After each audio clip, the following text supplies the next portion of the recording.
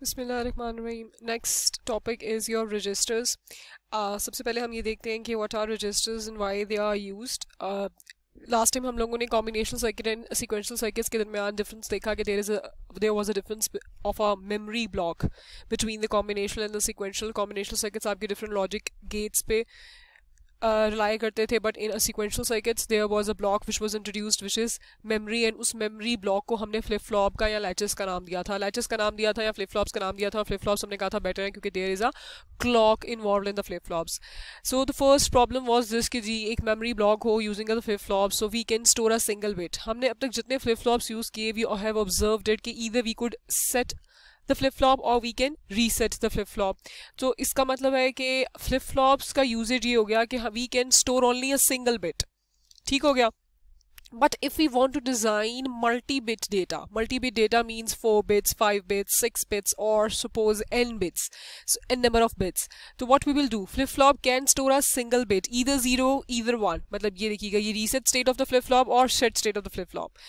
If we want to store multiple bits means कोई भी data आ रहा है, 4 बिट का आ जाए, 8 बिट का आ जाए, 16 बिट का आ जाए, 5 बिट का आ जाए, 6 बिट का आ जाए, जिसमें भी फिलहाल हमने एग्जांपल लिया है 4 बिट्स 1011। सपोज ये मल्टीपल बिट्स डेटा हमारे पास मौजूद है, so we will use registers. So it means registers are used where we can store multi-bit data.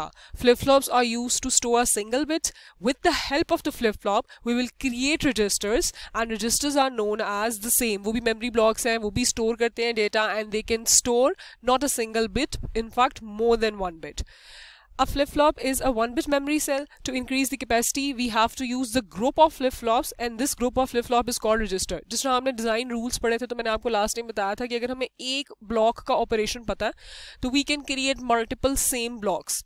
ठीक हो गया। Similarly registers are composed of the flip flops. Flip flop can store single bit, तो multiple flip flops अगर हम use कर लेंगे और उनको आपस में कंबाइन कर देंगे तो वो एक्चुअल में रजिस्टर बन जाएगा। उससे क्या होगा, मल्टीपल फ्लिप फ्लॉप्स का मतलब है multiple bits can be stored and that whole circuit will be known as now registers. The n bit register, n is the number of the bits. Register consists of n number of flip flops and can store n bit data. For example, if we want to store these 4 bits 1011, we have to design how many flip flops in the circuit. We have to design कितनी bits हैं इसमें, 4 bits हैं, तो we require 4 flip flops to be combined together and to form a single register which can store these 4 bits. Next clock क्या है, clock का function अभी भी वही सेम का सेम है जिस तरह फ्लिप फ्लॉप में था। Clock is something which will trigger the output. ये clock is internally connected and apply to all the flip flops at the same time. जितने भी फ्लिप फ्लॉप्स मिलके एक रजिस्टर बनता है। फॉर एग्जाम्पल हमने 4 बिट्स की बात की है तो ये देखिएगा ये डी फ्लिप फ्लॉप मैंने लगाए हुए हैं, डी फ्लिप फ्लॉप यूज किए हुए क्योंकि D flip flop is the most simplest flip flop. It is use to store data और वो बहुत इजीली अपने अंदर डाटा इन्वॉल्व कर लेता है एंड पास ऑन कर लेता है। तो we will start with the simplest one, D flip flop. तो ये डी फ्लिप फ्लॉप देखिए 4 बिट डेटा के लिए 4 डी फ्लिप फ्लॉप्स लगे हुए हैं। एंड दिस जो क्लॉक की इंटरनली कनेक्टेड की बात हो रही है, जिस तरह आपके फ्लिप फ्लॉप्स में क्लॉक का रोल था, सिमिलरली इस पूरे सर्किट में, इस पूरे सर्किट को रजिस्टर कहेंगे और इसमें भी क्लॉक का रोल सेम ही है। On the triggering edge of the clock the output will be created. This means as shown on the given figure number 1, we will not generate the separate 4 clocks, but we will have the same clock to all registers। में हमारे पास ये चीज़ होती है जिस तरह हमने flip flops में देखा था, मास्टर एंड स्लेव को हम अलग अलग से क्लॉक प्रोवाइड कर रहे थे। रजिस्टर में ऐसा नहीं है, we are actually combining the flip flops to store multi bit data. तो हमने चारों फ्लिप फ्लॉप को, 4 बिट्स होते हुए चारों फ्लिप फ्लॉप को आपस में कंबाइन कर लिया and we are not suppose to give clock individually to each flip flop. What we will do in the registers, we will give only one clock common to every flip flop. अभी ये मैंने आपको एक random C block diagram बनाई हुई है, अभी हम डिटेल में भी इनको पढ़ेंगे कि what are the different types of the registers and how this clock is managed and how these data are stored or passed on in these flip flops. ठीक हो गया। ये D represents the input of each flip flop and Q represents the output of each flip flop. But the point which we have to remember is that clock is internally connected means कि ये common clock इधर भी जा रही है, इधर भी जा रही है, यही कॉमन क्लॉक इधर भी जा रही है, यही कॉमन क्लॉक इस फ्लिप फ्लॉप में भी जा रही है। In this way this circuit is known as a register which can store 4 bits. Okay, next is data formats and the classification of the registers. For example हमने ये 4 bit की example ली हुई है in our register, means there are 4 bits which need to be stored. We need 4 flip flops to be combined together and to form one register which can store these 4 bits. क्योंकि अभी हमने देखा कि n bit डेटा को store करने के लिए we require n bit number of flip flops. अच्छा, डेटा फॉर्मेट्स क्या होते हैं? There are 2 kinds of data formats, which is one is known as serial and the other is known as parallel. Serial is what? Serial connection की block diagram ये एक simple सी मैंने बनाई हुई है. 4 फ्लिप फ्लॉप लगे हुए हैं. क्यों लगे हुए हैं 4 फ्लिप फ्लॉप 3 से लेके फ्लिप फ्लॉप 0 तक? Because we are going to store और we are taking an example of the 4 number of bits which has to be stored. अच्छा, सीरियल डेटा में हमारे पास क्या होता है? डेटा इनपुट यहाँ से आती है फ्लिप फ्लॉप नंबर 3 पे, जो हमारा लेफ्ट हैंड साइड पे सबसे पहला फ्लिप फ्लॉप होता है. ठीक हो गया. इस पे सबसे पहली इनपुट आती है. वो इनपुट फ्लिप फ्लॉप 3 से फ्लिप फ्लॉप 2 पे जाएगी, फिर फ्लिप फ्लॉप 2 से फ्लिप फ्लॉप 1 पे जाएगी. After every clock edge passing then flip flop number 1 से फ्लिप फ्लॉप 0 पे जाएगी एंड देन डेटा आउट यहाँ से हो जाएगा. सीरियल डेटा का क्या मतलब है कि आप ये सीरियली भेज रहे हैं 1 बाय 1. पहले मैंने लीस्ट सिग्निफिकेंट बिट 1 भेजी, ये वाली फ्लिप फ्लॉप नंबर 3 पे पहले वो शो होगी, देन वो पास ऑन होगी फ्लिप फ्लॉप नंबर 2 पे, फिर वो पास ऑन होगी फ्लिप फ्लॉप नंबर 1 पे, फिर 0 पे एंड देन आउट हो जाएगी. नेक्स्ट बिट 1 जाएगी, देन वो पास ऑन होती जाएगी इनके पास से एंड देन डेटा आउट होगी. तो ये 4 फ्लिप फ्लॉप्स में ये 4 बिट्स जो हैं इस तरीके से हमें सीरियली रिसीव होंगी. मतलब यहाँ मुझे जो एक्चुअल यूजर को दिख रहा होता है ना, वो ये डेटा इन दिख रहा होता है and the output of the last flip flop दिख रही होती है यूजर को हमेशा.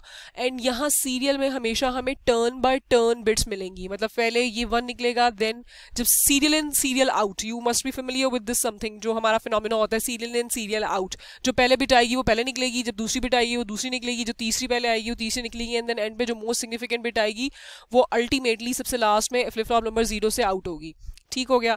इसकी टाइमिंग डायग्राम मैंने फॉर दी नॉलेज से एक बना दी हुई है. टाइमिंग डायग्राम ये आपका क्लॉक का सिग्नल है. You are familiar with the clock signal. Now serial data आपका ये देखिएगा, when the initially clock is 0, पहले आपकी बिट ये देखिएगा अल्टीमेटली ये पास ऑन होता हुआ डेटा गया है. अभी मैंने आपको सिर्फ ये टाइमिंग डायग्राम आइडिया के लिए शो की हुई है. अभी जब हम डिटेल में इनको पढ़ेंगे आगे डायग्राम्स में बेहतर तरीके से समझेंगे, then I will explain the timing diagram each and every step. अभी आप सिर्फ यहाँ से एक आइडिया देख सकते हैं कि how the serial data is transforming between the 4 flip-flops and you are getting the output waveform. What happens over here is 1 0 1 1. ये देखिएगा 1 0 1 1. Every edge of the clock पे ये पास ऑन आपस में हो रहा है. क्यों? क्योंकि वही वाली बात है, clock is common every edge. अगर positive edge of the clock पे ट्रांसफॉर्म होना है तो positive edge of the clock में हर फ्लिप फ्लॉप, ये चारों flip flop positive edge of the clock में अपनी आउटपुट को अपडेट करेंगे. क्यों? We have a common clock to each flip flop and दूसरा पॉजिटिव एज आएगा तो every flip flop, each flip flop will update its output. इस तरीके से ये प्रोसीजर चलेगा. तो इस तरीके से जब हमने लीस्ट सिग्निफिकेंट बिट सबसे पहले डेटा इन में दी, वो फ्लिप फ्लॉप नंबर 3 की आउटपुट पे क्रिएट हुई, बाकी सब में सपोज 0 था. एंड देन हमने जब लीस्ट सिग्निफिकेंट बिट नंबर ये सेकेंड लास्ट बिट हमने इसमें डेटा इन में दी, तो फ्लिप फ्लॉप नंबर 3 की आउटपुट फ्लिप फ्लॉप नंबर 2 से कनेक्टेड थी. तो positive edge, second positive edge of the clock आने पे उसने फ्लिप फ्लॉप नंबर 2 को कहा अपनी आउटपुट को अपडेट करो फ्लिप फ्लॉप 3 से लेके एंड देन सो ऑन. तो सीरियली हमें ये देखिएगा बिट्स मिल गई 1 0 1 1. Next is our parallel data format. Parallel data format में क्या होता है? Parallelly data is coming inside the flip flops and we are receiving the data in parallel form. ये देखिएगा D3 D2 D1 and D0, ये 4 bits आप directly यहाँ दे दें 1 0 1 1. क्लॉक सबका कॉमन है, पहली एक ही positive edge of the clock में आपको आउटपुट रिसीव हो जाएगी. वही वाली बात है, क्योंकि clock is common to each flip flop. Each flip flop will update its output at positive edge of the clock. If we are talking about the positive edge of the clock or vice versa, मतलब अगर negative edge of the clock होगा तो negative edge of the clock में each flip flop will update its output. तो what will gonna happen over here is 1 0 1 1. मैंने इन D3 D2 D1 D0 पे दे दिया. जैसे ही पहला positive edge of the clock आया, clock is common to every flip flop, उसी तरीके से ये Q3 Q2 Q1 and Q0 यहाँ रिसीव हो जाएगा. तो this is something which is known as you are receiving the data in parallel form and the data is coming inside the flip flop in parallel form. मैंने चारों bits इकट्ठी दी हैं और चारों बिट्स इकट्ठी ही रिसीव कर ली. ठीक हो गया. Parallel register is the most simplest one and this is known as the best for the storage purpose. क्यों? क्योंकि storage purpose के लिए यू नो कि D flip flop is the simplest one. जो D पे दे दिया वही output पे at a time receive हो गया. तो this is the storage simplest example of the storage register. Parallel for wave form कैसी है ये देखिएगा. पॉजिटिव एज ऑफ द जैसी पहला क्लॉक आया ये देखिएगा D3, D2, D1 and D0 आपको रिस्पेक्टिवली रिसीव हो गया. D3 1, D2 0, D1 1 and D0 1. ये देखिएगा 1 0 1 1 आपको पहली positive edge of the clock पे रिसीव हो गया. एंड जब तक यही bits D3, D2, D1, D0 पे मौजूद रहेंगी हर edge positive edge of the clock पे यही आउटपुट हमें मिलती रहेगी. क्यों? क्योंकि हम पैरेलली बात कर रहे हैं. हम डेटा जो दे रहे हैं पूरा का पूरा डेटा आउटपुट पे चारों की चारों बिट एट अ टाइम हम रिसीव कर रहे हैं. But that was not the case in the serial format. You can see that. उसकी वजह that is data in serially जा रहा है, सीरियली शिफ्ट हो रहा है एक फ्लिप फ्लॉप से दूसरे फ्लिप फ्लॉप पे एंड देन डेटा आउट हो रहा है. तो you can differentiate between the wave forms of the this parallel wave form and the serial wave form. आगे आपकी classification of the registers based हो जाती है 4 टाइप्स पे. First one is SISO, which means serial input, serial output. As the name suggests, serial input and serial output means यही format आपका आ जाएगा जिस तरह ये एग्जांपल दी हुई है. सीरियली डेटा एंटर होगा आपके फ्लिप फ्लॉप में. सबसे पहले फ्लिप फ्लॉप में जो आपका लेफ्ट हैंड साइड पे फ्लिप फ्लॉप नंबर 3 है जो मोस्ट सिग्निफिकेंट साइड पे पोजीशन पे है, उस फ्लिप फ्लॉप में आपका डेटा एंटर होगा एंड जो लीस्ट सिग्निफिकेंट साइड पे आपका फ्लिप फ्लॉप मौजूद है उससे डेटा आपको रिसीव होगा और 1 bit at a time receive होगी क्योंकि दे आर सीरियली कनेक्टेड. उनकी आउटपुट अलग अलग पैरेलल की तरह देखिएगा नहीं निकली हुई है. ये देखिएगा इनकी आउटपुट कहीं नहीं निकली हुई, सिर्फ आपको अल्टीमेट आउटपुट जो मिल रही है वो लास्ट फ्लिप फ्लॉप से मिल रही है. तो इसका मतलब है यहाँ टर्न बाय टर्न आपको बिट्स रिसीव होंगी. Data enter serially and we get data serially output. अगला है आपके पास जी serial input parallel output. Serially data input की तरफ आ रहा है and you are receiving at the output side of the flip flop in parallel format. Data enter serially and we get the data out of the register in the parallel form. Next is your parallel input, मतलब parallel में data आ रहा है just like this and what we are doing, we are receiving in a serial form. These are 4 classification of the registers which we will study in detail. First you have to get familiar with these names कि ये क्या इनके actually names ही बता रहे हैं कि what actually gonna happen at the input and the output side. Parallel input and serial output. Parallel data आप दे रहे हैं अपने फ्लिप फ्लॉप्स के अंदर, मतलब चारों की चारों बिट्स इकट्ठी दी जा सकती हैं but they will be received eight the output in the serial form. And the last one is your parallel input parallel output, जिसकी एग्जांपल ये इन शॉर्ट यहाँ शो हुई है कि पैरेलली डेटा हम दे रहे हैं एंड ऑन दैट वही spot positive edge of the clock में हमें पैरेलली डेटा पूरा का पूरा आउटपुट पे मिल रहा है. Next, based on the applications, we can divide the registers into 2 applications. One is known as the shift register and the second one is known as the storage register.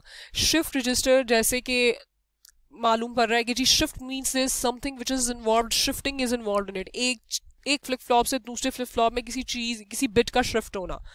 If we want data to be shifted from flip-flop number 3 to flip-flop number 2, then from flip-flop number 2 to flip-flop number 1, and then from flip-flop number 1 to flip-flop number 0, this is known as shifting. जिस तरह अभी हमने previous example देखी serial input, serial output की. Serially data आ रहा है, फिर पहले positive edge of the clock में फ्लिप फ्लॉप ने अपने 3 ने अपने आप को अपडेट किया पहली लीस्ट सिग्निफिकेंट बिट से. जब दूसरी positive edge of the clock आई तो फ्लिप फ्लॉप नंबर 3 ने अपना डेटा फ्लिप फ्लॉप नंबर 2 पे शिफ्ट ही करेंगे ना. Serial input and serial output अपना डेटा कैसे यहाँ से आपको बिट्स कैसे रिसीव होंगी 1011. ऑल द 4 बिट्स आपको turn by turn he receive हो सकती है. और वो टर्न बाय टर्न कैसे रिसीव हो सकती है अनटिल एंड अनलेस इसके बीच शिफ्टिंग का ऑपरेशन परफॉर्म ना हो. Shifting means the output of your this flip flop is connected with the input of your this flip flop. In this way, shifting process will take place. Next is your storage register. If we want our data just to be stored, we just require कि हमारा data इसमें store रह जाए. जिसकी सबसे best example और सबसे simplest example is your parallel input parallel output. Parallel input चारों की चारों बिट्स इकट्ठी दे दी, चारों की चारों बिट्स इकट्ठी आउटपुट पर रिसीव कर ली. ये देखिएगा D3, D2, D1, D0 पे मैंने 1011 दे दिया. D फ्लिप फ्लॉप है, द मोमेंट D जो भी इनपुट आई आउटपुट पे वही चीज अपीयर होना शुरू हो जाती है. D फ्लिप फ्लॉप की खसूसियत होती है. तो 1 0 1 1 on first positive edge of the clock मुझे रिसीव हो जाएगा. तो storage register means we are just going to store और save the bits and your parallel input parallel output is you known as your best example of the storage registers.